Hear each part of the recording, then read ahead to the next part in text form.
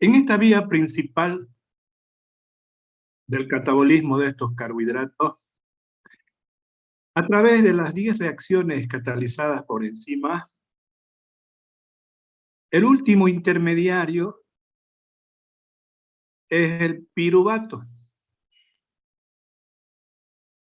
Este piruvato puede seguir diferentes vías metabólicas. Por ejemplo, el piruvato, así como muchos de los intermediarios de las 10 reacciones del ciclo de la glucólisis, pueden ser precursores de reacciones sintéticas. Es decir, este piruvato puede ser una estructura química que permita la síntesis de estructuras químicas dentro de la célula. Sin embargo, como estamos hablando del catabolismo, vamos a hablar de dos vías metabólicas importantes: las vías aeróbicas y las vías anaeróbicas de la célula. La más importante en el catabolismo son las vías aeróbicas.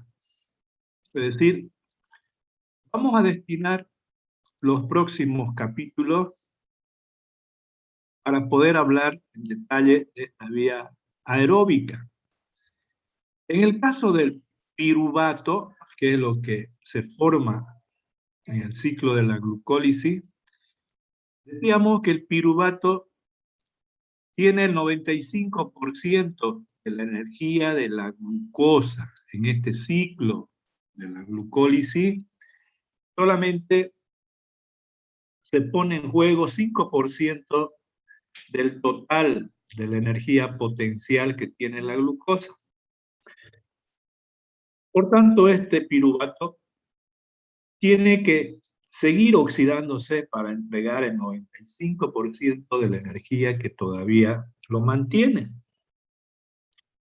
Y la forma más eficiente de entregar energía es por las vías aeróbicas. Vamos a ver en próximos capítulos cómo este piruvato se va a transformar en acetato, es decir, en acetil de la coenzima A, mediante una descarboxilación, y posteriormente va a ir a una vía aeróbica de gran importancia, donde se va a oxidar completamente este piruvato a dióxido de carbono, denominado el ciclo de Krebs. Este ciclo de los ácidos orgánicos, en este ciclo va a haber 4 reacciones de oxidación y reducción. Por tanto, lo más importante es la transferencia de los electrones altamente energéticos en ese ciclo. Y estos portadores de electrones van a ir a otro ciclo importante que va a resumir el catabolismo de las estructuras orgánicas, que se llama el ciclo de la fosforilación oxidativa. Ahí esos electrones que se desprenden de la glucosa, que es la que estamos hablando ahora, va a ser entregado a través de intermediarios portadores de electrones hasta el oxígeno. En esa vía se va a generar la mayor cantidad de energía, se va a almacenar en términos de ATP. Entonces las vías aeróbicas son muchísimo más eficientes que las vías anaeróbicas. Sin embargo, ciertas células, ciertos microorganismos, ciertos tejidos, utilizan las vías anaeróbicas de las que vamos a hablar ahora.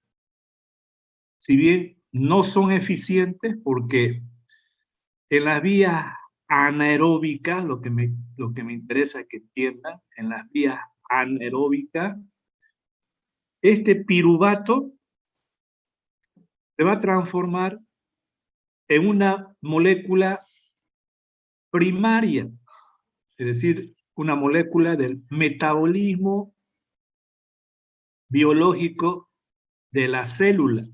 Por ejemplo, puede formar ácido, puede formar alcoholes, etcétera, que son intermediarios de las vías metabólicas anaeróbicas.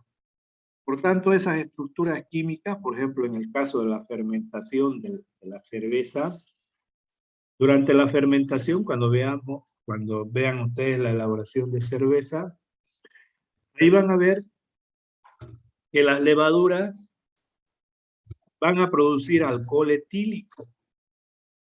Ese alcohol etílico es el metabolito intermediario que puede excretar fuera de la célula las levaduras.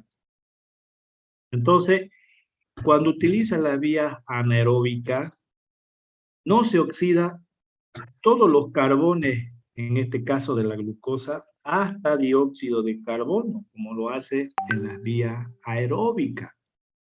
Porque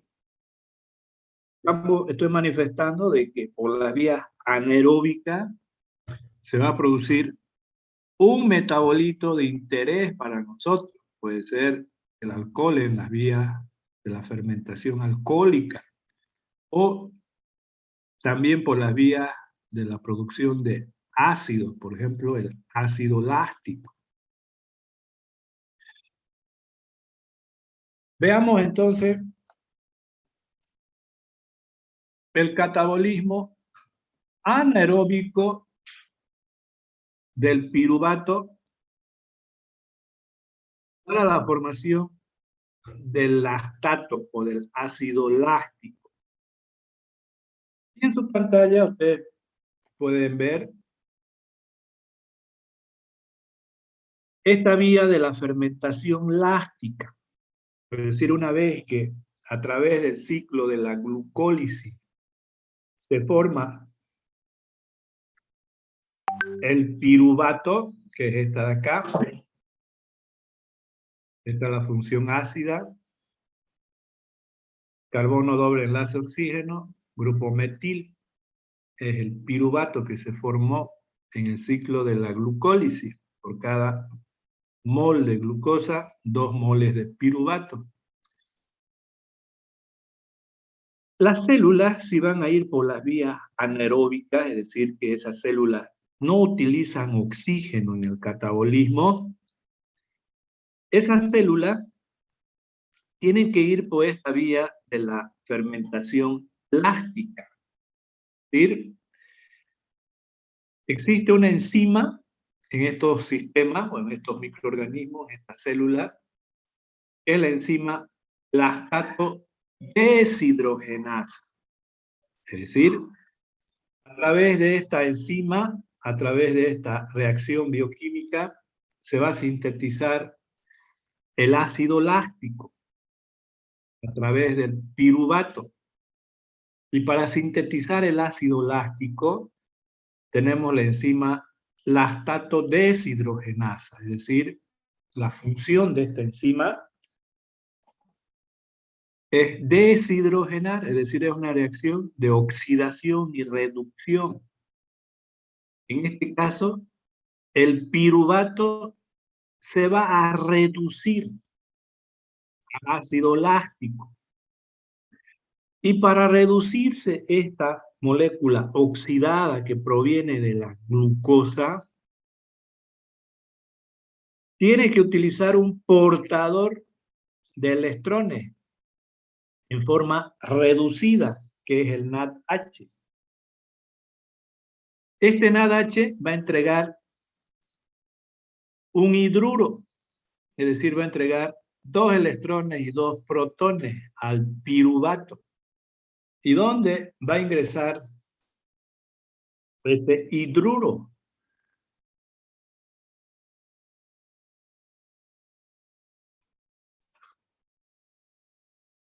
En el piruvato tenemos 2 átomos de carbono que pueden reaccionar químicamente. Este carbono de acá, porque tiene un doble enlace, el sigma y pi, Ustedes saben que el enlace sigma, que forma el doble enlace, es un enlace débil. Entonces, en las reacciones químicas se tiene que romper ese enlace pi. Sin embargo, el enlace más débil está unido acá por doble enlace al oxígeno.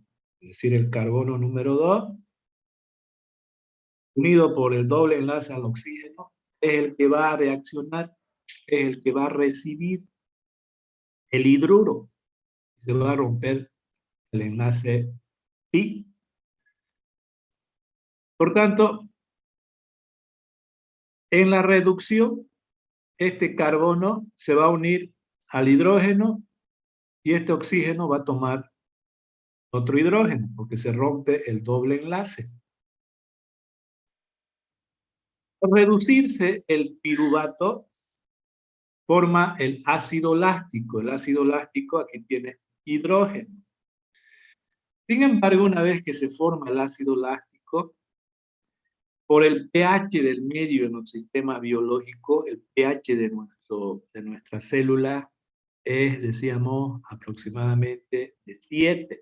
Significa que la concentración del hidrógeno protonado es de 10 a la menos 7, 0,60 y un 1. Es decir, la concentración del hidrógeno protonado está en concentraciones bajísimas.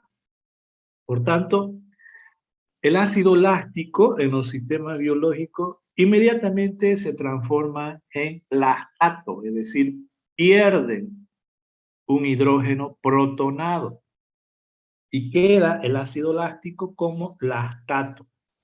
Por eso que en los sistemas biológicos no hablamos del ácido láctico, sino del lactato. Sin embargo, es bueno hacer notar de que cuando las bacterias que utilizamos, por ejemplo, en las fermentaciones lácticas, y se produce esta reacción, el lactato, y ese ácido láctico es excretado fuera de la célula, por ejemplo, en el caso del yogur, de la elaboración de queso, etc. Al salir fuera de la célula, ya queda como ácido láctico, ¿no? En medio es el que va posteriormente desprender el hidrógeno, bajar el pH en esos sistemas y producir la coagulación de las proteínas en la elaboración de queso o elaboración de yogur o de cualquier producto fermentado. Bien, entonces, en esta reacción de formación de lactato, ¿no?, hay una sola reacción catalizada por la lactato deshidrogenasa, una reacción donde el piruvato que proviene de la glucosa, que se oxidó a partir de la glucosa, ahora se está reduciendo a lactato. Y en esta reducción está utilizando electrones altamente energéticos llevados por el portador de electrones que es el NADH. ¿De dónde viene este NADH? Viene del ciclo de la glucólisis. Acuérdense del día de ayer, hablamos que en la reacción número 6 existe la producción de lactato a través de una reacción de oxidación y reducción. Entonces, este NADH tiene que regenerarse. Cuando son las vías aeróbicas, se va a regenerar en la vía de la fosforilación oxidativa, que vamos a ver. Sin embargo, ahora estamos viendo las vías anaeróbicas de la fermentación. Estamos viendo las vías de la fermentación anaeróbica. Y en esta vía se utiliza el portador NADH, es decir, el que se genera en la reacción número 6 del ciclo de la glucólisis. Nuevamente, en este caso, va a regenerar el NAD en su forma oxidada, para que el ciclo de la glucólisis continúe, porque este portador de electrones en el citoplasma se encuentra en bajas concentraciones. Si este de acá, en el ciclo de la glucólisis, de manera activa, se produce NADH, y no habría una vía donde este NADH regenere el NAD en su forma oxidada, entonces se bloquearía el ciclo de la glucólisis en la reacción número 6, porque no habría el NAT, este de aquí, para eh, que siga la reacción número 6 en el ciclo de la glucólisis. Entonces, en estos sistemas anaeróbicos, continúa de manera permanente el catabolismo de los carbohidratos, porque este portador de electrones que se utiliza en la reacción número 6 va a ser regenerado a través de la vía de la fermentación anaeróbica, como estamos viendo en la producción de lactato. Eso es lo más importante para la célula, ¿cierto? Es decir, a la célula le interesa tomar energía de los carbohidratos, pero como son células anaeróbicas, no tienen las vías oxidativas, ellos tienen las vías más antiguas, las ancestrales. No se olviden que en biología vieron que la vida en la Tierra apareció por las vías anaeróbicas, no había oxígeno. Entonces los primeros microorganismos que aparecieron utilizaban las vías anaeróbicas. Y las células y microorganismos que ahora siguen con las vías anaeróbicas son células ya modernas, ¿no es cierto?, pero que mantienen estas vías anaeróbicas. Entonces, si bien no se genera una gran cantidad de ATP de estas vías anaeróbicas, pero muchas de las células solamente utilizan esta vía anaeróbica. Por ejemplo, las células de la retina de nuestros ojos, por más que haya oxígeno en la célula, ellos van a catabolizar, estoy hablando de las células de la retina de nuestros ojos, van a catabolizar la glucosa para sobrevivir esa célula y van a producir el lactato a través de la vía de la fermentación, aunque exista oxígeno, porque ellos no tienen la vía aeróbica. Lo mismo pasa con las células del cerebro, es decir, solamente utilizan glucosa por la vía anaeróbica, la producción de lactato. ¿Está acá? También los eritrocitos de nuestra sangre son estas células viven exclusivamente el catabolismo de la glucosa y producen el lactato por la vía de la fermentación láctica, esta que estamos viendo. Entonces hay células en nuestro sistema, en nuestro cuerpo, que utilizan las vías anaeróbicas, por más que tenga oxígeno en esa célula. Hay microorganismos como los que vamos a utilizar nosotros en la producción, por ejemplo, de los diferentes productos lácteos, ¿no?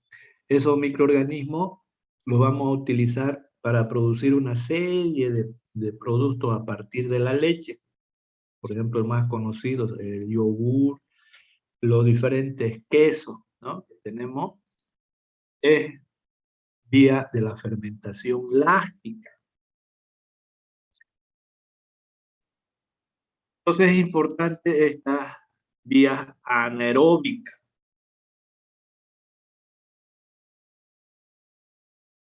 Esta reacción se va a desplazar de manera irreversible hasta la formación del lactato, debido a que esta energía libre estándar a pH 7 es grande y negativa. Es decir, se va a desprender una gran cantidad de calor, por eso que esta reacción está desplazada hacia la derecha, hacia la producción de lactato.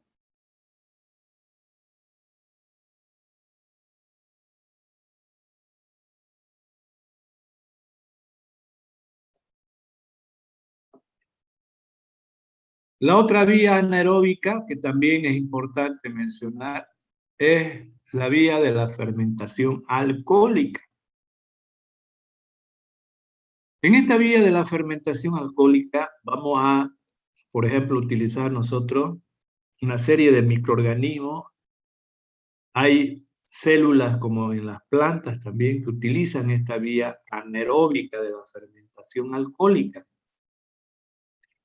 La mayor parte de los productos de fermentación que nosotros utilizamos en alimentos, es decir, la fermentación de la cerveza, la elaboración de cervezas, de vino, de ácido acético, producción de alcohol industrial, producción de panes fermentados, etcétera, ¿no es cierto? Utilizamos nosotros microorganismos. Básicamente utilizamos levadura. Y una buena parte de las levaduras no tiene eh, el lactato deshidrogenasa, es decir, son muy pocas las levaduras que producen ácido láctico. Principalmente utilizamos las bacterias lácticas, una serie de microorganismos que ustedes van a ver, que nos permite a nosotros producir diferentes tipos de fermentaciones lácticas, ¿cierto? Es decir, vamos a hablar de diferentes fermentos lácticos, microorganismos, donde podemos producir el yogur griego, diferentes tipos de yogures, ¿no es cierto? Diferentes tipos de queso, ustedes conocen el queso Tambo, el queso mozzarella, etcétera, etcétera, ¿verdad? Normalmente esas son bacterias lácticas. Ahora estamos hablando de levadura principalmente, que se utiliza también en el área de alimentos para todo lo que es fermentaciones alcohólicas. Ya mencionábamos la elaboración de cerveza, de vino, etcétera, etcétera. Esas levaduras, entonces, van a catabolizar la glucosa para, siempre cuando hablamos del catabolismo, las células lo que hacen es oxidar las estructuras químicas para tomar la energía que tienen esas moléculas este, dentro de la célula. Por ejemplo, la glucosa. Entonces, una vez que se forma el piruvato en el ciclo de la glucólisis, es por ahí que va también el catabolismo de los carbohidratos en esta levadura. Y una vez que se forma el piruvato, ellos tienen dos enzimas importantes. La piruvato descarboxilasa, la que ustedes tienen ahí en su pantalla, con la cual el piruvato forma el acetaldehído. Es decir, el piruvato, ya lo conocemos, tiene 3 átomos de carbono y se va a descarboxilar, va a desprender esta función ácida como dióxido de carbono. Entonces es una enzima piruvato porque es el sustrato y la función es eliminar dióxido de carbono, es decir, una descarboxilasa. Y para que cumpla esta función de transformar el piruvato en un aldehído, en el Z, en el acetaldehído, el acetaldehído tiene 2 átomos de carbono, este es el aldehído, este grupo funcional. Entonces, esta estructura ustedes lo conocen como acetaldehído. Entonces, para descarboxilar el piruvato y formar el acetaldehído, necesita esta enzima dos cofactores, la tiamina pirofosfato y el magnesio. Ya el magnesio, ya hablamos de la importancia del magnesio, ¿no es cierto?, en muchas de las reacciones del ciclo de la glucólisis. Pero no habíamos hablado de estas coenzimas, que lo vamos a hablar a continuación para ver cómo trabaja esta coenzima para poder transformar las células de piruvato en acetaldehído. Una vez que se forma esta estructura química, el acetaldehído, este acetaldehído ahora va a ser catalizada por otra enzima que es el alcohol deshidrogenasa.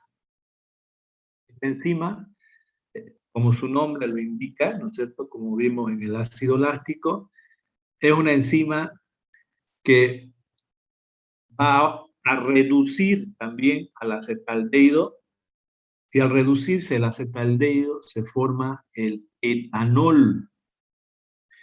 Y para que se reduzca el acetaldehído necesita de un hidruro. ¿Y quién le va a entregar esos electrones? ¿No es cierto? Y este de acá entrega electrones, significa de que es un oxidante. Y este de acá es el que va a recibir los electrones. Entonces va a haber una reducción de acetaldehído a etanol. Y para ello el NADH va a entregar el hidruro, ¿no es cierto?, al acetaldehído, y se va a transformar en alcohol etílico. Entonces, el grupo funcional es el acetaldehído. Aquí va a ingresar el hidruro, ¿no? Se va a romper este doble enlace y va a formar el grupo alcohol. Bien, va a formar el etanol. Entonces, esta reacción del alcohol deshidrogenasa también le permite a los microorganismos, a las células anaeróbicas, de sobrevivir a través de las vías anaeróbicas. Porque decíamos que el ciclo de la glucólisis es donde en la reacción número 6 es una reacción de oxidación y reducción. Hay síntesis de NADH. Este NADH, para que se regenere el NAD, decíamos, y que continúe el ciclo de la glucólisis en el catabolismo de la glucosa en los microorganismos, entonces utiliza las vías de la fermentación alcohólica. En esta última reacción se va a regenerar el NAD en su forma oxidada. Es decir, el NADH que se forma en la reacción número 6 de oxidación y reducción del ciclo de la glucólisis, este tiene que transformarse en NAD para que continúe, decíamos, el ciclo de la glucólisis y no haya déficit de esta molécula. Por tanto, se corta el ciclo de la glucólisis en la reacción número 6, porque esto está en bajísimas concentraciones, decíamos, en el citoplasma de la célula. Por tanto, lo que está haciendo la célula es regenerar el NAD a través de esta reacción de reducción del acetaldehído a etanol. Esa es la función principal. A través de estas reacciones anaeróbicas, entonces los microorganismos anaeróbicos van a sintetizar 2 ATP en el ciclo de la glucólisis como fuente de energía, ¿no? En términos de oxidación y reducción, las vías de la fermentación están equilibradas. Es decir, en el ciclo de la glucólisis, repito, en la reacción número 6, ¿no es cierto?, hay una oxidación.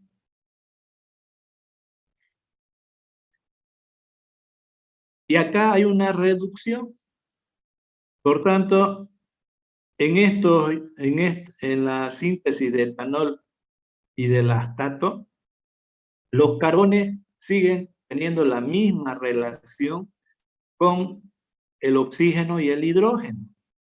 Es decir, hay reacciones, en la reacción número 6 es oxidación y aquí es reducción del intermediario. Entonces, no hay un intercambio neto de electrones, solamente es la síntesis de ATP a través del ciclo de la glucólisis. De esa manera, la glucosa la célula está tomando energía de la glucosa en términos de ATP para formar estos intermediarios. La mayor parte de la energía, entonces, de la glucosa se mantiene en estos intermediarios finales de la fermentación. En el etanol, en el lactato, ahí se sigue manteniendo la energía de la glucosa. Bien, en este caso, cuando hablamos de la vía de la...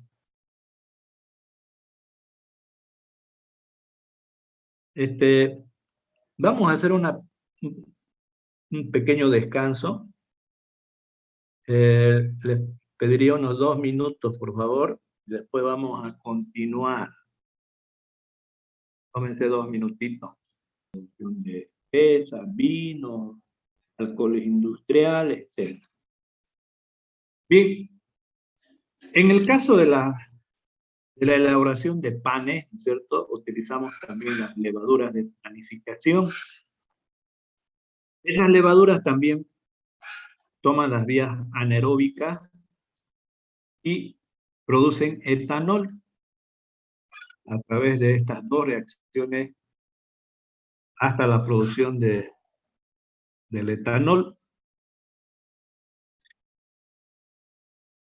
En la panificación, más que el etanol, nos interesa el dióxido de carbono, porque a través de este gas podemos nosotros fermentar nuestras masas, ¿no? Es decir, ustedes saben que cuando se elaboran los panes, utilizamos las levaduras y las masas aumentan de volumen, ¿no? Y además la fermentación con estas levaduras le da ciertos congenéricos, moléculas químicas en pequeña cantidad que le dan el buquete al pan. Entonces, en el caso de la panificación, nos interesa sobre todo la producción de dióxido de carbono, ¿no? Para que las masas aumenten de volumen. Es decir, cuando elaboramos los panes, elaboramos las masas, producimos las masas, y en las masas hay un complejo entre las proteínas, ¿cierto?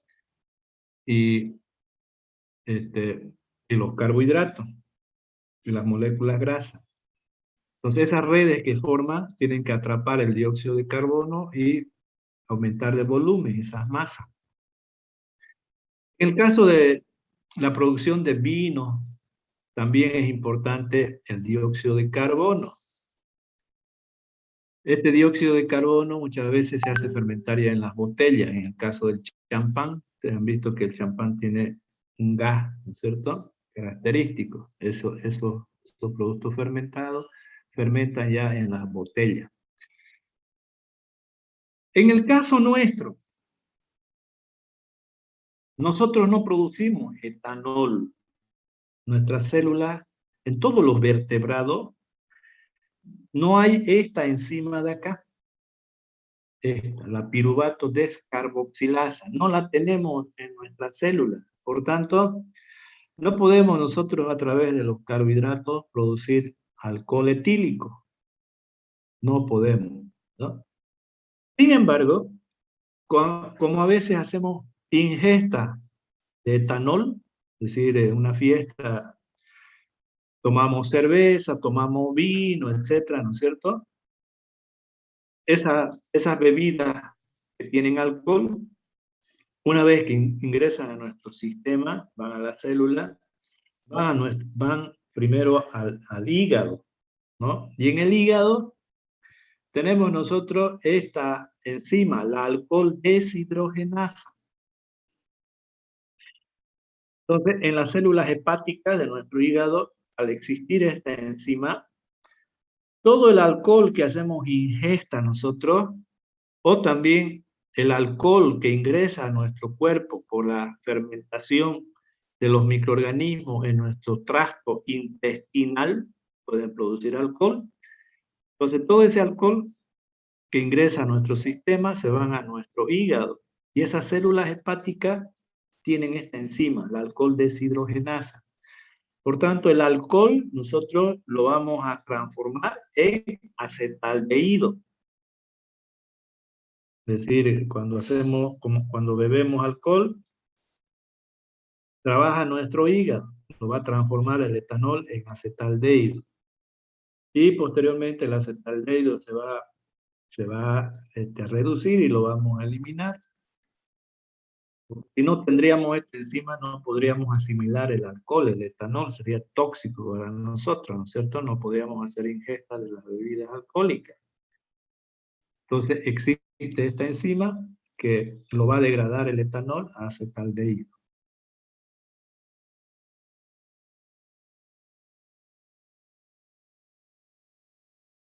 Bien, en esta primera reacción de la fermentación alcohólica, decíamos que esta enzima, la piruvato descarboxilasa, para producir el acetaldehído y dióxido de carbono, utiliza, decíamos, como coenzima, como cosustrato, la tiamina pirofosfato. Esta tiamina pirofosfato, posteriormente vamos a hablar en otras reacciones enzimáticas, y ahora vamos a ver cómo actúa esta coenzima para transformar, en este caso, en un aldehído, en acetaldehído.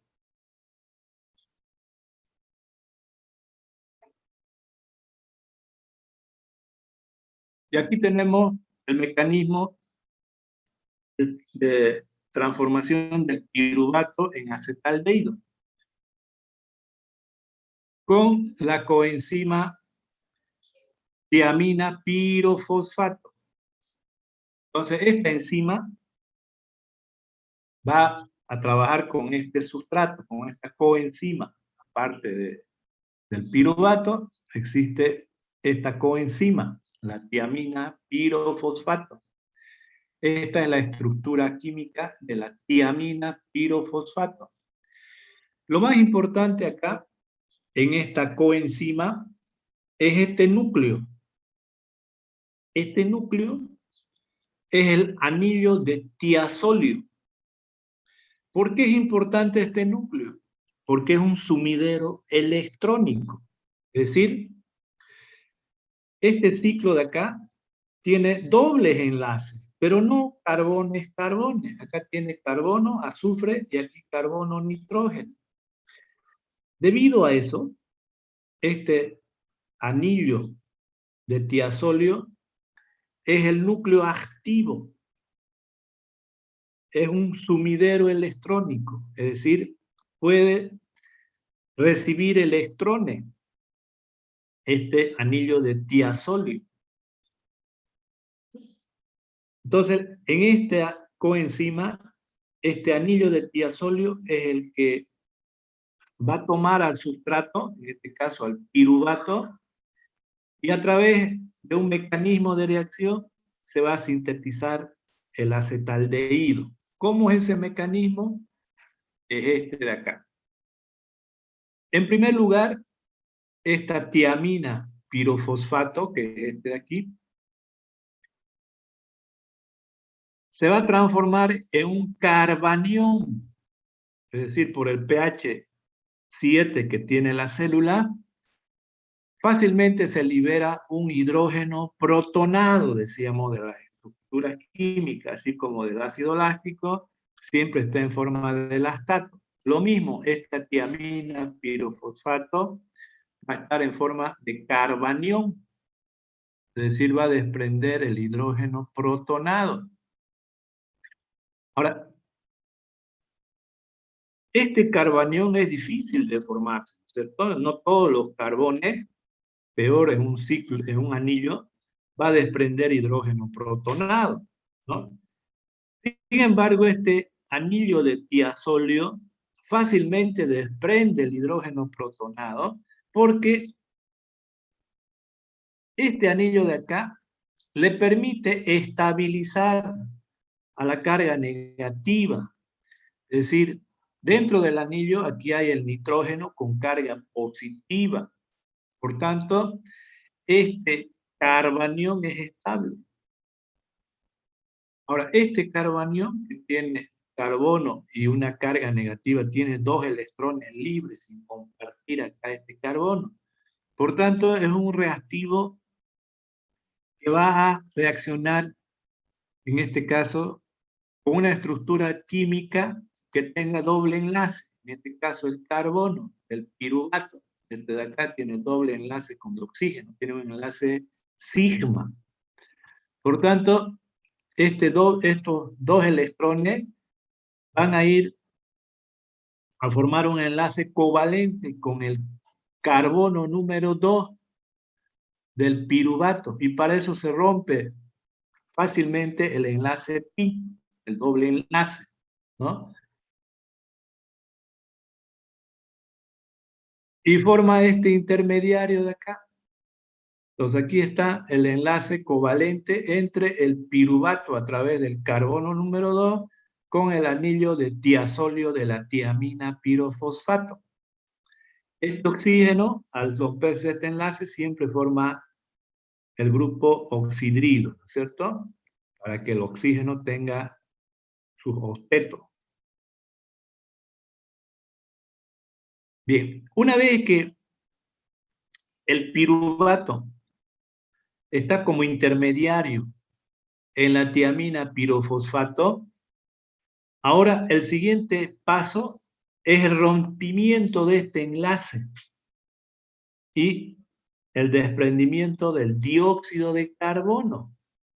De esa manera se libera el dióxido de carbono a través de esta coenzima, que es la tiamina pirofosfato. Se rompe este enlace, se libera el dióxido de carbono y este carbono va a tener 3 enlaces covalentes. Para que tenga 4, entonces forma el doble enlace con el carbono del anillo de tiazolio. Esto es la particularidad de esta coenzima. Puede formar un doble enlace acá. Y para formar el doble enlace se va a romper el doble enlace carbono-nitrógeno y enlace simple, por tanto el nitrógeno tiene los 2 electrones sin compartir y está en su estructura corriente, ¿no es cierto?, de la formación de 3 enlaces covalentes. No se olviden que el nitrógeno tiene 5 electrones de valencia. Por tanto, para que alcance sus 8 electrones, tiene siempre 3 enlaces covalentes, ¿verdad? Por tanto, y aquí no hay carga positiva. Está ya sus 2 electrones sin compartir. Por eso la importancia de este anillo tiazolio, donde este carbono estaba unido por un doble enlace a este nitrógeno. Puede romperse ese enlace fácilmente y formar el doble enlace de este carbono con otra estructura química. Esa es la gran función de los anillos de tiazolio. Hemos dicho que son sumideros electrónicos, es decir, pueden cambiar en este anillo los electrones en los diferentes átomos, como está pasando acá. Entonces, este de aquí está estabilizado por resonancia, prácticamente cuando libera el dióxido de carbono, se forma este de acá. Al desprender quedan los 2 electrones y posteriormente forma el doble enlace y este enlace simple y deja de existir este protón, es decir, es esta estructura química. Es decir, esta estructura intermediaria y esta de aquí están en equilibrio por resonancia de los electrones. Ahora, este o este de acá va a tomar un protón. Al tomar el protón, va a ingresar entonces acá, porque tiene 2 electrones sin compartir, tiene una carga negativa. Y va a formar este enlace carbono-hidrógeno, ¿no? Una vez que se forma esta estructura química, posteriormente se va a romper este enlace y va a formar el acetaldehído y va a regenerar el carbanión de la tiamina pirofosfato. Es decir, al romperse este enlace, se libera el acetaldehído. Cuando se rompe este enlace, entonces, como el oxígeno tiene 2 pares de electrones sin compartir, cuando se forma un doble enlace, se desprende el hidrógeno y forma un aldehído. Este carbono, a ver, doble enlace con el oxígeno y enlace covalente con el hidrógeno. Este es un aldehído, es el acetaldehído. Entonces, resumiendo, habíamos visto que en la primera reacción, a partir del piruvato para la síntesis de alcohol etílico por las vías anaeróbicas y la producción de alcohol etílico, en esa primera reacción, el piruvato va a haber una descarboxilación y la formación del acetaldehído.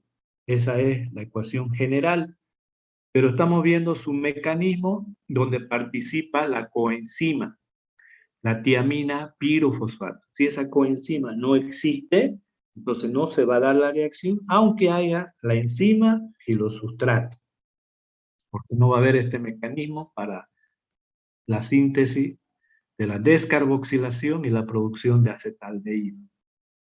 Esa es la función de la tiamina pirofosfato, la importancia de estas coenzimas en estas reacciones de tipo enzimático. En esta tablita también hay algunas reacciones en las que la tiamina pirofosfato es un cofactor esencial, así como vimos ahora, ¿no es cierto?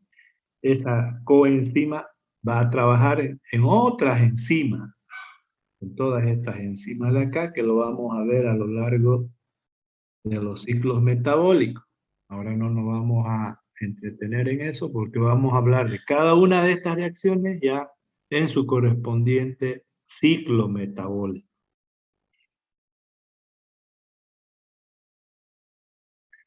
Bien, ahora veamos cómo ingresan los diferentes carbohidratos al ciclo de la glucólisis, porque en nuestros alimentos no solamente está la glucosa, ¿cierto? Es decir, están otros carbohidratos. Por ejemplo, decíamos que las células de los vertebrados, de los animales, nosotros estamos en ese grupo. Nuestro polisacárido de almacenamiento es el glucógeno. En el caso de los vegetales, de las plantas, el polisacárido es el almidón. Entonces, ¿cómo este glucógeno o los almidones pueden entrar al ciclo de la glucólisis? Y también vamos a hablar de los disacáridos, como es la maltosa, la lactosa, la trealosa y la sacarosa. Estos son disacáridos, cómo ingresan al ciclo de la glucólisis. Y también cómo ingresan los monosacáridos, como ser la fructosa, la manosa y la galactosa, al ciclo de la glucólisis. Primero veamos entonces el ingreso de los polisacáridos, glucógeno y almidón,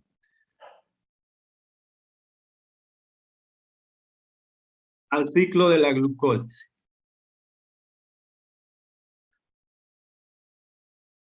El glucógeno está constituida de una macromolécula donde las estructuras primarias son glucosa, es decir, tiene cadenas principales, cadenas secundarias de glucosa. Lo mismo los almidones, ¿no es cierto? Cuando vieron los almidones, ustedes les han explicado que en los almidones sus estructuras químicas están constituidas de amilasa y amilopectina, de amilosa y amilopectina. Estas amilopectinas, sobre todo, son estructuras más ramificadas, de mayor peso molecular. Por tanto, todas esas estructuras químicas, tanto en el glucógeno como en los almidones, sus moléculas primarias son la glucosa.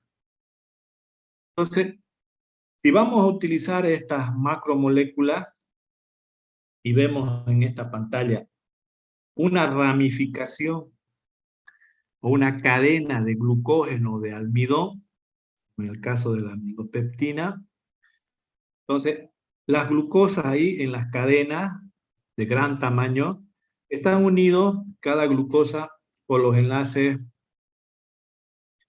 1,4 de la glucosa. Es decir, este es el carbono 1, este es el 4, está unido, ¿no es cierto?, esta glucosa a esta de acá, a través de este enlace glucosídico carbono 4, carbono 1, carbono 4, carbono 1, ¿no? Entonces, este tipo de enlace que une las glucosas en estos polisacáridos van a ser utilizados ahora estos polisacáridos, por tanto, va a haber un rompimiento de este enlace y la liberación de la glucosa. Pero no como lo hacen las amilasas que lo tenemos nosotros, por ejemplo, en el intestino delgado. Cuando nosotros hacemos ingesta, por ejemplo, de un pan, donde están los almidones ya degradados, vamos nosotros a utilizar esas enzimas, las amilasas, y mediante hidrólisis esa amilasa va a romper los enlaces glucosídicos. Aquí no va a hacer eso. Entonces la enzima que va a romper estas estructuras a partir de los extremos no reductores de la cadena del glucógeno del almidón, va a ser a través de una fosforilación. Es decir, la enzima, por ejemplo, si esta estructura química corresponde al glucógeno, esta enzima se llamará glucógeno fosforilasa. Es decir, va a participar ahí el fosfato inorgánico como sustrato. Este fosfato va a ingresar a este enlace para formar estructuras fosfatadas, en este caso la glucosa 1-fosfato. En este carbono número 1, donde se rompe el enlace, ahí ingresa el fosfato para formar la glucosa en el carbono 1, glucosa 1-fosfato.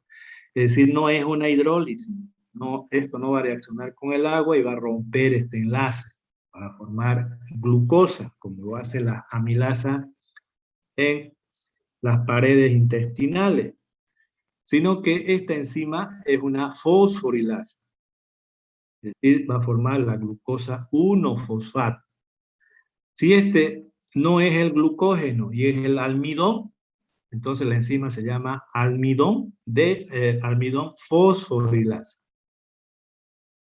que cumple la misma función tanto en los almidones como en el glucógeno.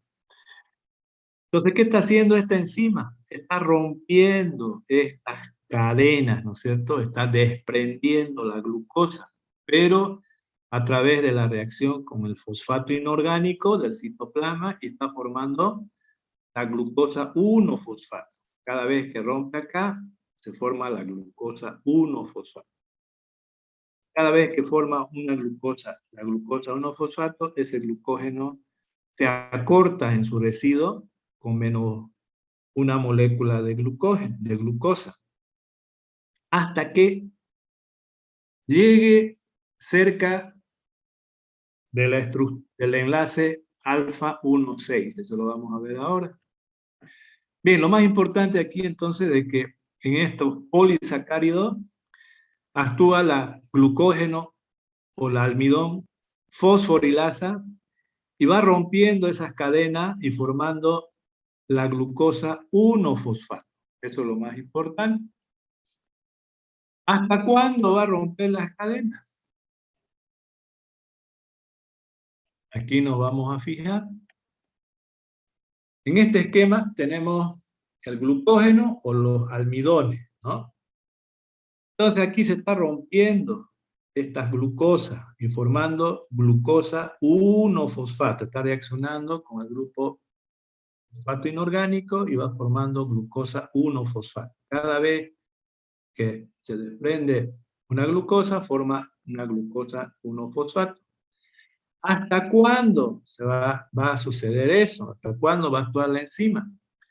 Hasta que esa cadena secundaria tenga 4 moléculas de glucosa, esa cadena. Es decir, va a llegar hasta acá. Ya no va a seguir rompiendo esa enzima, ya no va a seguir fosforilando, rompiendo estas cadenas, estos enlaces. Aquí va a parar. Por tanto, va a quedar un residuo de 4 moléculas de glucosa. Y eso es lo que nos está mostrando esta gráfica. Entonces la enzima glucógeno fosforilasa está rompiendo estos enlaces de acá y formando glucosa 1-fosfato. Hasta que llega a esta altura donde quedan 4 moléculas de glucosa. Ya no puede romper más porque aquí está el enlace alfa 1,6. Estos son los alfa 1,4. Ya la enzima ya no puede catalizar, ya no es específica para esto, para este enlace. Cuando queda de esta manera la ramificación de un glucógeno o de un almidón, existe otra enzima. Una enzima llamada enzima desramificante, que tiene 2 funciones, por eso que esta enzima es bifuncional, tiene 2 funciones. ¿Cuál es la primera función? Es romper estas cadenas aquí.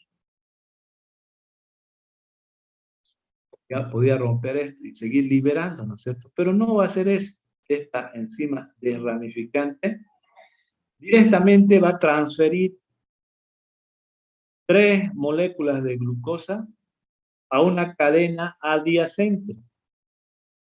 Esta es una cadena adyacente a esta cadena lateral. Entonces, esta enzima desramificante, su primera función es romper este enlace de acá, ¿no? Rompe este enlace y al mismo tiempo, este lo va a transferir a una cadena adyacente. Por eso que lleva este nombre. Tiene una actividad transferasa, porque está transfiriendo este grupo acá, como en esta gráfica. Por tanto, va a quedar aquí solamente una molécula de glucosa unido a esta cadena con enlace alfa 1,6. Esta misma enzima, su segunda función es romper este enlace de acá, el enlace alfa 1,6. Por tanto, esa enzima va a tener una actividad glucosidasa, porque va a romper este enlace y va a desprender glucosa. Este no es una fosforilasa, no está formando glucosa 1-fosfato, sino directamente está rompiendo el enlace alfa 1,6 para liberar la glucosa. Y al final va a quedar entonces una cadena ramificada, lineal, y para seguir degradando la glucosa, entonces nuevamente va a trabajar la primera enzima. Va a haber una fosforilación.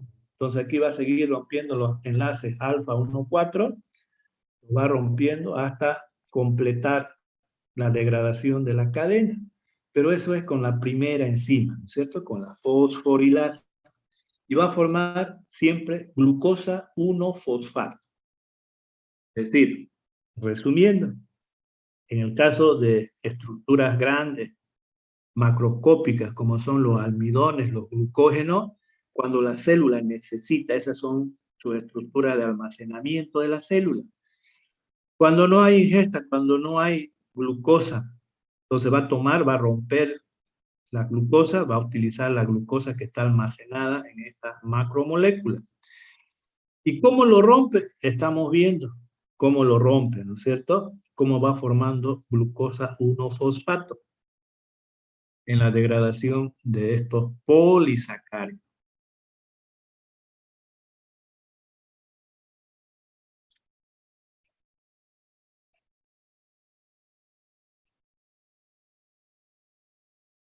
Bien, una vez que se forma la glucosa 1-fosfato, ahora, este no es intermediario del ciclo de la glucólisis, ¿no?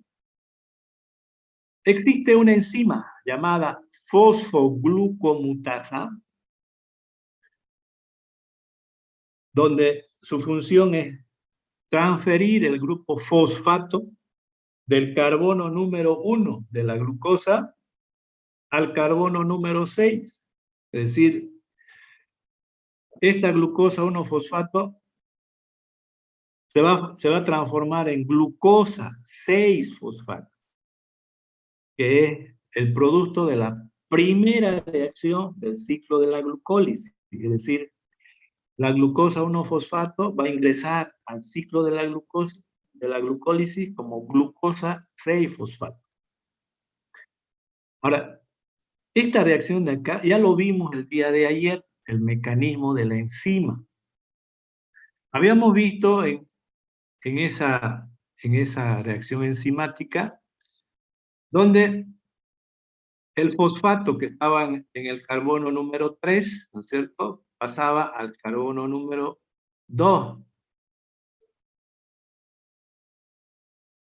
Para ello, la enzima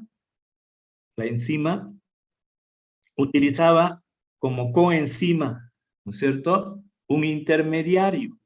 En este caso, también ese intermediario se forma, es decir, va a ser la glucosa 1,6-bifosfato. Entonces, esta glucosa 1-fosfato, a través de la fosfoglucomutasa, esta enzima de acá, tiene en su centro activo, tiene el aminoácido serina. Este aminoácido, entonces, va a atrapar el fosfato inorgánico. Esa enzima, entonces, fosfatada, ¿no?, va a reaccionar con la glucosa 1-fosfato y va a formar la glucosa 1,6-bifosfato. Este es el intermediario. Es decir, la enzima que tiene un grupo fosfato en su centro activo, a través de la serina, le va a entregar ese fosfato a la glucosa 1-fosfato, lo va a meter en el carbono número 6 y va a formar el intermediario glucosa 1,6-bifosfato. Una vez que se forma este intermediario, la misma enzima, que ya no tiene fosfato, entonces recobra su fosfato, pero ya ahora del carbono número 1. Por tanto, este de acá se va a transformar en glucosa 6-fosfato. Entonces, la enzima lo transforma en este intermediario y este de acá se va a transformar en glucosa 6-fosfato. Ese mecanismo lo vimos ayer en la reacción número 8 del ciclo de la glucólisis. Entonces, esta glucosa 1-fosfato va a ingresar al ciclo de la glucólisis como glucosa 6-fosfato, que ya es un intermediario de la primera reacción del ciclo de la glucosa. Ahora veamos los otros monosacáridos.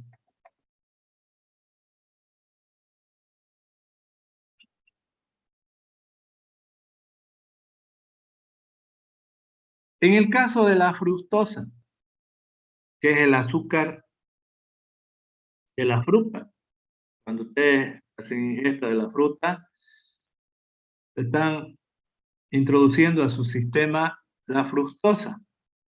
En los vertebrados, esta fructosa, que está ya en la célula, que ingresan como monosacáridos, ¿no es cierto?, es transportado por la sangre, ingresa a la célula como monosacárido. Esta fructosa, entonces, en los sistemas vertebrados, como somos nosotros, esta fructosa va a sufrir una reacción, participando en esa reacción el ATP, en la misma primera reacción del ciclo de la glucólisis, pero en este caso es la fructosa más ATP, como coenzima del magnesio, y va a formar la fructosa 6-fosfato, ¿no? Y este de acá ya es un intermediario del ciclo de la glucólisis. Este es lo que se forma en la segunda reacción del ciclo de la glucólisis. Por tanto, va a entrar al ciclo de la glucólisis la fructosa como fructosa 6-fosfato, ¿no? Recuerdan que la enzima que transfiere un grupo fosfato del ATP a la fructosa se llama hexoquinasa, ¿no? Es decir, es la misma enzima donde fosforila a la glucosa en el ciclo de la primera reacción del ciclo de la glucólisis. Entonces, esto fosforila en el carbono número 6 y forma la fructosa 6-fosfato, que es un intermediario del ciclo de la glucólisis. Sin embargo, en nuestro sistema, el órgano principal del metabolismo es el hígado. Por tanto, en el caso del hígado, tenemos una hexoquinasa específica para la fructosa, llamada fructoquinasa. Es la que existe en nuestro hígado, es donde la mayor parte del metabolismo se produce. Si es esta enzima, esta quinasa específica que va a trabajar en nuestro hígado, la fructosa que ingresa a las células hepáticas va a reaccionar con el ATP, se va a transformar en un intermediario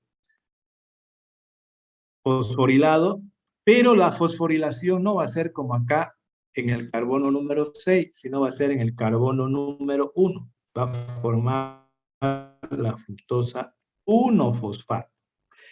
Este no es intermediario del ciclo de la glucólisis. Entonces, una vez que se forma en el hígado la fructosa 1-fosfato, existe una enzima que lo va a transformar esta hexosa en estructura con 3 átomos de carbono. Esta es la fructosa 1-fosfato. Entonces, esta fructosa fosforilada rompe su enlace entre el carbono 3 y el carbono 4, acá, y va a formar el dihidroxiacetona fosfato, que vimos ayer, el dihidroxiacetona fosfato, y esto de aquí es el gliceraldehído. Una vez que se rompe este enlace, para que se rompa este enlace, este carbono libera el hidrógeno, forma un doble enlace con el oxígeno y forma el aldehído, decíamos, ¿no es cierto? El día de ayer. Entonces está formando el gliceraldehído. No estoy hablando del gliceraldehído 3-fosfato, gliceraldehído. Entonces, la fructosa 1-fosfato forma el dihidroxiacetona fosfato, que es un intermediario del ciclo de la glucólisis, y un aldehído, que es el gliceraldehído. Ahora, este gliceraldehído va a reaccionar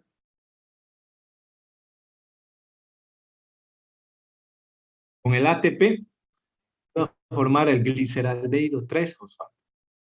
Y este ya es intermediario del ciclo de la glucólisis. Y lo mismo,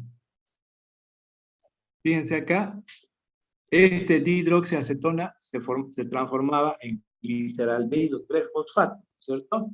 Entonces, toda esta fructosa 1-fosfato va a ingresar al ciclo de la glucólisis como gliceraldehído 3-fosfato. Eso es en la célula hepática.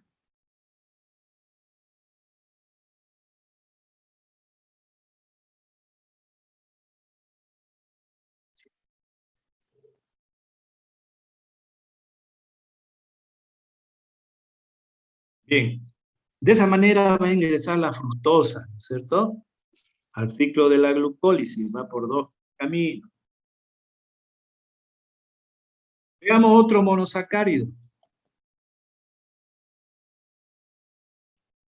Veamos la galactosa. El disacárido de la leche, que es la lactosa, el azúcar de la leche, es un disacárido. Cuando se transforma en monosacárido, se transforma en glucosa y galactosa. Entonces la galactosa es un monosacárido que deriva de la lactosa. Esta lactosa, para que ingrese al ciclo de la glucólisis, lo va a hacer a través también, como esta es una hexosa, va a reaccionar con el ATP. Siempre, si ustedes se fijan, forma un intermediario con el grupo fosfato, se fosforila, ya sea en el carbono 6 o en el carbono número 1, ¿verdad? En este caso, la galactosa va a reaccionar con el ATP, con la galactoquinasa, es una quinasa, le transfiere el grupo fosfato del ATP a la galactosa y va a formar la galactosa 1-fosfato. Siempre, si se fijan, hay la reacción del ATP para formar intermediarios fosforilados. Una vez que se forma la galactosa 1-fosfato, entonces va a seguir este mecanismo que está acá. Lo voy a tratar de resumir. Tenemos entonces la galactosa, que a través de la galactoquinasa, decíamos, galactosa más ATP, le entrega el grupo fosfato a la galactosa y forma la galactosa 1-fosfato. ¿Cuál es la diferencia de la galactosa y la lactosa? Es el epímero en el carbono 4. Aquí la glucosa tiene hidrógeno y oxidrilo. Acá es diferente. El oxidrilo acá y el hidrógeno acá. Entonces es un epímero, es una epimerasa de la glucosa en el carbono número 4. Este es el carbono 1, 2, 3, 4. Bien, entonces esta azúcar, la galactosa 1-fosfato, carbono 1, aquí está el fosfato con el del ATP. Una vez que se forma la galactosa 1-fosfato,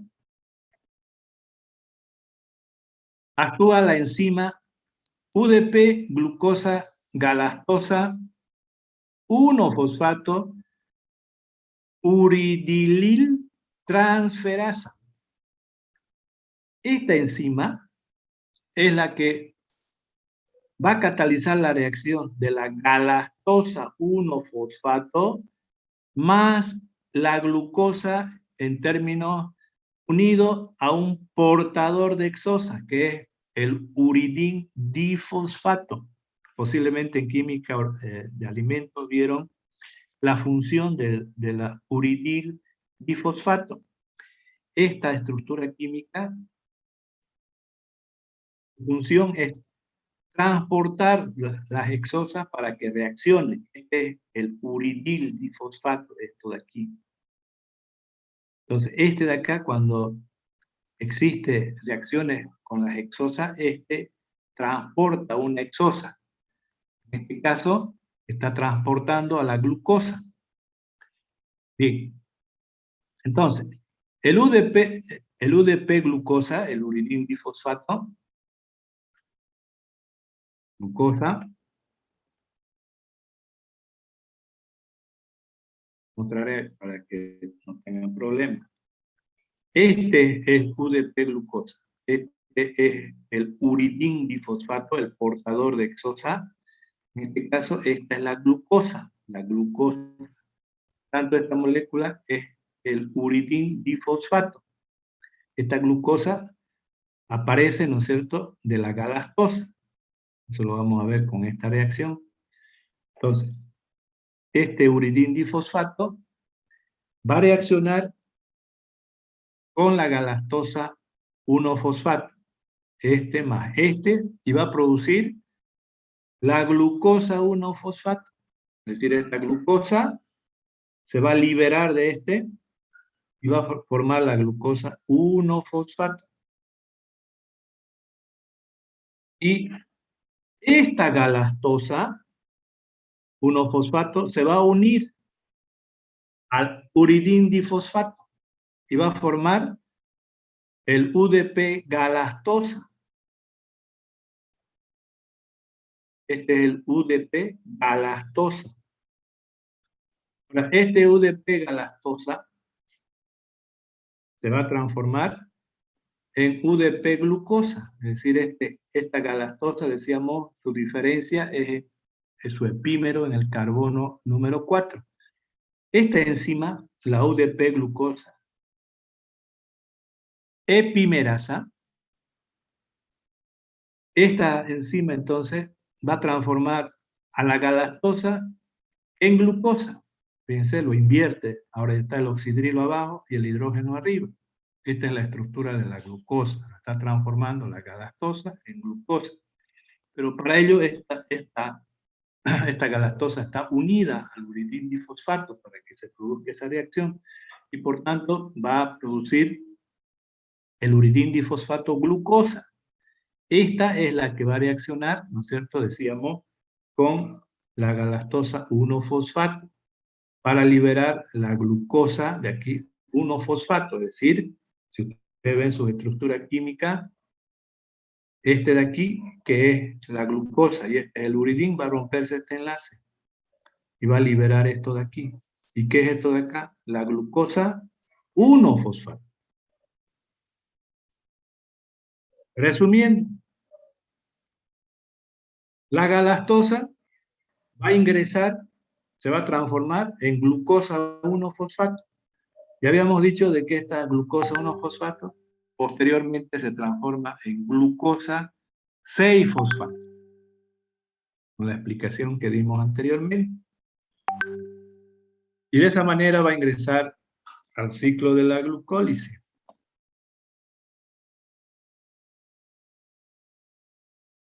La manosa, que es otro monosacárido. Este monosacárido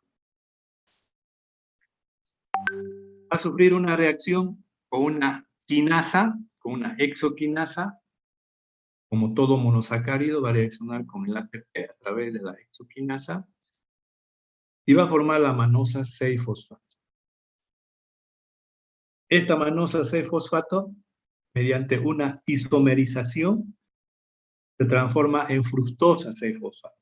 Esta manosa va a ingresar al ciclo de la glucólisis como fructosa 6-fosfato. Bien, ya hablamos de todos los monosacáridos. Y los disacáridos, estos de acá no ingresan a la célula, ¿cierto? Porque son disacáridos. Solamente los monosacáridos ingresan dentro de la célula. Por tanto, fuera de la célula, en el tracto intestinal, todos nuestros alimentos, en términos de disacáridos, la maltosa, la lactosa, la sacarosa, la trealosa, van a sufrir una hidrólisis a través de las maltasas, las lactasas, la sacarasa, la trealasa. Es una hidrólisis. Por tanto, estos disacáridos se van a transformar, en el caso de la maltosa, en 2 glucosas. La lactosa en glucosa galactosa. La sacarosa en glucosa fructosa. Y la trealosa en 2 glucosas como esta. Entonces ya estos monosacáridos ya sabemos cómo ingresan al ciclo de la glucólisis. Entonces todos estos disacáridos van a entrar en esta forma al ciclo de la glucólisis. Y este es un resumen. Aquí tenemos los azúcares, la trealosa, la lactosa y la sacarosa, que son disacáridos. La trealosa se transforma en glucosa, la lactosa en glucosa y galactosa, la sacarosa en glucosa y fructosa. Entonces, estos son los monosacáridos, galactosa, glucosa y fructosa. La glucosa es la que origina el ciclo de la glucólisis. La glucosa se transforma en glucosa 6-fosfato y continúa, ¿cierto? Ahora, ¿cómo ingresan? Hemos visto los polisacáridos. Por ejemplo, el glucógeno y los almidones. Mediante una fosforilación se forma la glucosa 1-fosfato. Y esta glucosa 1-fosfato se transforma en glucosa 6-fosfato, que ya es un intermediario del ciclo de la glucólisis. En el caso de la lactosa, esta lactosa que vimos se transforma en glucosa 1-fosfato, que es este. Y este se transforma en glucosa 6-fosfato, que entra al ciclo de la glucólisis. En el caso de la manosa, que también es un monosacárido, decíamos que esta manosa sufre con la exoquinasa una transformación de manosa 6-fosfato, y este de aquí se transforma en fructosa 6-fosfato. En el caso de la fructosa, vimos 2 vías. En los vertebrados hay una exoquinasa que lo transforma en fructosa 6-fosfato. Y hemos dicho que en nuestro sistema, en nuestro hígado, también esta fructosa se va a transformar en fructosa 1-fosfato. Y este de acá en gliceraldehído y dihidroxiacetona fosfato. Este dihidroxiacetona fosfato hemos visto que se transforma en el ciclo de la glucólisis en gliceraldehído 3-fosfato. Y el gliceraldehído más el ATP y a través de una quinasa se transformaba en gliceraldehído 3-fosfato. Esa es la forma de cómo ingresan los carbohidratos al ciclo de la glucólisis. Bien, con esto terminamos este capítulo del catabolismo de los carbohidratos. Hasta aquí me van a dar el examen. Si no les manda estos documentos, dicen, yo les voy a enviar, voy a preguntar el WhatsApp para que pueda mandarles mediante su WhatsApp. Bien, nos vemos entonces la próxima semana. Hasta luego, gracias. Que tengan un buen fin de semana. Hasta luego. Hasta luego. Que les vaya Recording stop.